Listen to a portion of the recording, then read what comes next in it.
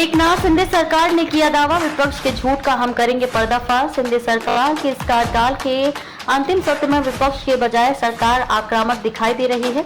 सत्ता पक्ष का कहना है कि वे विपक्ष के बंद घोटाले सदन में रखेगा और उनके झूठ का पर्दाफाश करेगा। उप मुख्यमंत्री देवेंद्र फडणवीस ने कहा कि चुनाव में झूठ के सहारे जीतने वालों को उनकी जगह दिखाएंगे। विपक्ष को अपना चेहरा आईने में एक बार देख लेना चाहिए। हम उनके झूठे नैरेटिव की फैक्ट्री का पर्दाफाश करेंगे। विपक्ष ने किया चाय पार्टी का विरोध। मानसून सत्र की पूर्व संध्या पर सरकार ने चाय पान पार्टी का आयोजन किया था, जिसका विपक्ष ने विरोध किया। चाय पान पार्टी के बाद पत्रकारों से बात करते हुए मुख्यमंत्री एकनाथ शिंदे ने कहा कि सरकार सभी मुद्दों पर चर्चा के लिए तैयार है। पूर्व मुख्यमंत्री उद्धव ठाकरे के खोखे सरकार का विदाई अधिवेशन वाले बयान पर ताना मारते हुए उन्होंने कहा कि ये फैसला जनता जनार्दन करेगी। हम सड़क पर रहकर काम करने वाले लोग हैं। जनता को पता है कि काम करने वाली सरकार किसकी है।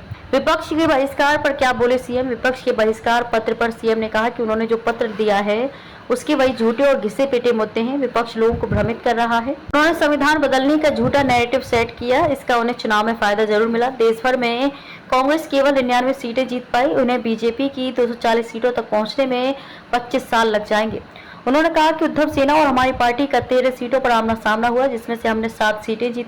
मुंबई में विपक्ष का स्ट्राइक रेट 42% है, जबकि हमारा 47% है। उनकी जीत का खुमार जल्द ही उतर जाएगा। सीएम शिंदे ने कहा कि 1 रुपए में फसल बीमा करने वाला महाराष्ट्र देश का पहला राज्य है। विपक्ष पर ताना मारते हुए सीएम ने कहा कि उनकी सरकार ने सभी परियोजनाएं बंद कर दी थी। हमने उन सभी परियोजनाओं को फिर से शुरू किया। विपक्ष के बहिष्कार पत्र में सिर्फ झूठ। फडणवीस। उप मुख्यमंत्री देवेंद्र फडणवीस ने कहा कि सरकार की चाय पान पार्टी का बहिष्कार परंपरा बन गई है। बहिष्कार करने के लिए जो पत्र दिया है उसमें झूठ के अलावा कुछ नहीं है। विपक्ष ने सरकार पर विदर्भ में सिंचाई परियोजना में असफलता का आरोप लगाया, जबकि हमारी सरकार के दौरान 87 परियोजनाएं पूरी हुई। 2019 में नलगंगा का जीआर निकाला गया। अंतिम मंजूरी का काम जारी है।